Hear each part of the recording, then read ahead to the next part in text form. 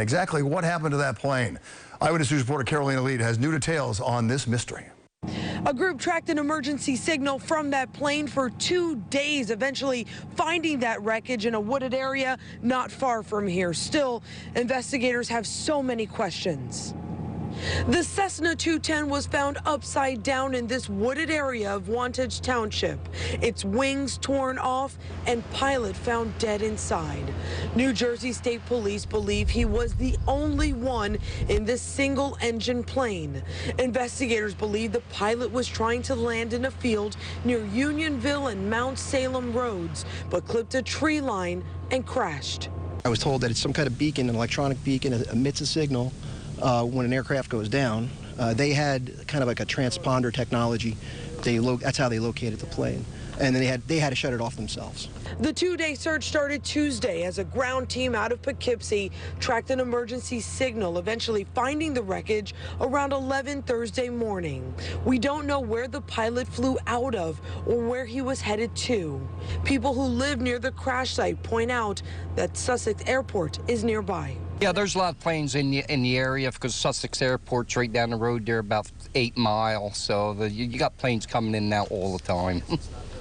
The FAA and NTSB are both investigating. They have not yet released the name of the pilot or where he's from. Reporting in Sussex County, I'm Carolina Lead, Channel 7 Eyewitness News. New Jersey, get ready. Soon you may be paying for those plastic bags at the grocery store. Today, a state assembly committee approved a proposal to charge customers 5 cents per bag. And if you'd like to double up, that's 10 cents a load. If the legislation is signed into law, stores would begin imposing the fee next year. The New York City Council recently passed a similar bill, but it hasn't gone into effect yet. The nanny accused of kidnapping the child she has cared for years, tonight set to undergo a psychological evaluation. New York police say Fatima Alexander's story of getting lost, trying to take mass transit to Central Park, isn't adding up. She was gone with 3-year-old Gabriella Russo for 15 hours. The little girl's family releasing a statement tonight thanking the NYPD and saying they're just trying to understand what happened. New at 11, commuters sound off on a plan to build a streetcar service between Queens and Brooklyn. City leaders are calling it the BQX. It would run from Astoria to Sunset Park. Tonight, people in Brooklyn got a chance to give their input and ask questions. At a recent meeting in Queens, some complained the city wasn't responding to complaints made months ago. Also new at 11, round 2 of a battle over bike lanes in Brooklyn. Tensions were high tonight as people packed into a second public hearing in Clinton about a plan to add a 2-way protected bike lane and subtract a car lane. Cyclists like the idea, but many drivers, of course, well, they don't, saying it will create a traffic gridlock. He was the ultimate storyteller on the Ultimate Storytelling TV news magazine. And in a world now dominated by and limited to 140 characters, Morley Safer always felt more comfortable with 60 Minutes.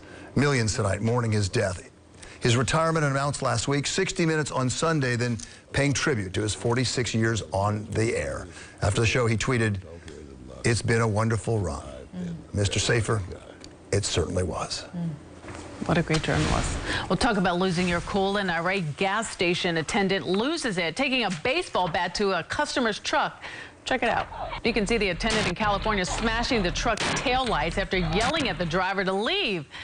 Yeah, the driver, who was apparently at the pump for more than an hour, says he didn't do anything wrong. The attendant dared him to call police, so he did. And the woman was arrested for vandalism. We'll move over Octomom. Here comes Octopossum from Queens. Check out this new video sent to us tonight by a viewer named Gene. He says he and his wife spotted this mama possum in their backyard carrying 8 babies on her back Tuesday morning. See him there? Gene says it was a nice day. Maybe she just thought she'd take the kids out for a walk. Certainly was a nice day out there. Temperatures in the lower 70s. We've fallen now down into the upper 50s, 57 degrees at Central Park. The wind is calm, very pleasant evening. The high got up to 73 after a morning low of 54. The normal high is 72, so we actually beat that by a degree today. That record 99 set back in 1962. And the sun setting these days 8:11. It's going to be coming up tomorrow morning at 5:35 a.m. Here are your headlines Finally, umbrellas get a rest. We do not have any chance of rain anywhere in the viewing area during the day tomorrow. I know today some areas well north of the city got a sprinkle, light shower. That won't be happening tomorrow. Sunshine and temperatures well into the 70s. We're talking upper 70s for highs in and around New York City. It's a close call on Saturday with rainfall. I think we're going to get rainfall. The question is how much. Some of our computer models showing quite a bit. Some other ones are backing off and showing the steadiest rain remaining off to our south. So that's a situation we'll have to watch during the next 24 to 48 hours. Kind of a mixed bag of clouds and sun on Sunday. Maybe still a shower out there. And that unsettled pattern can last into early next week as well. You're not getting completely sunny days. You have to bring the umbrella because you get that threat of a shower on Monday, Tuesday.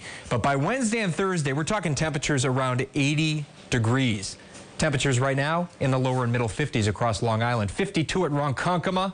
50 Andover, New Jersey, and at Monticello, 49 Lakehurst, New Jersey. During the day tomorrow, check this out, 7 o'clock in the morning, 57. We're up to 71 by noon, 76 by 4 o'clock. It's really wall-to-wall sunshine, really a fine finish to the work week. Here's your satellite radar showing one little batch of sprinkles crossing over Long Island Sound onto the Twin Forks. That'll be exiting overnight as an upper-level area of low pressure kind of circulates off to the east into the Canadian Maritimes. High pressure moves in behind that. That's why we have a nice day shaping up for tomorrow. And then we watch this storm gathering moisture out of the Gulf of Mexico. And it has a lot of moisture to work with. As that moves up the coast, that brings rain in here during the day on Saturday. But the heaviest of the rain should stay just off to our south. So the best bet definitely during the day tomorrow. And then by Saturday, again, soggier conditions south of New York City, especially down the Jersey Shore. Just kind of a nasty day out there. We'll have a wind coming in off of the water. Temperatures about 10 degrees below normal for this time of the year. And there will be some rain developing from south to north. AccuWeather forecast overnight turning out clear. We're down to 54 in Midtown. 40s, though, in most of the suburbs. Check out tomorrow. Mostly sunny, warm. This is like a top 10 day. The high getting up to 77. Increasing clouds tomorrow night. We're down to about 58. Again, that rain developing during the day on Saturday, probably by late morning to around midday. Heaviest rain is off to the south of New York City, where there could be upwards of an inch of rain. Still could be a lingering shower or two on Sunday, but we get temperatures up to around 70 again, and we're still kind of unsettled Monday and Tuesday. Like I was saying, it's a mix of clouds and sun. There still could be a scattered shower or two, and then look at Wednesday and Thursday. This is what we're living for. Tomorrow and then next Wednesday and Thursday, 80 and 79 respectively. That's what we're living for, 80 and 79. 80 and 79. And more things than that, too. And more. Yes, of course. Of course. Bill Evans back in the morning. Including your graduation tomorrow. That's right. Congratulations. Thank you very much. Thank you, Jeff, for filling in. No problem. You're great. Well, next, one of the stars of The Catch reveals what she wants to see happen next season, plus why more of us could soon be suffering from vision problems. Next. But first, let's check in with Jimmy Kimmel to see who's on the show tonight.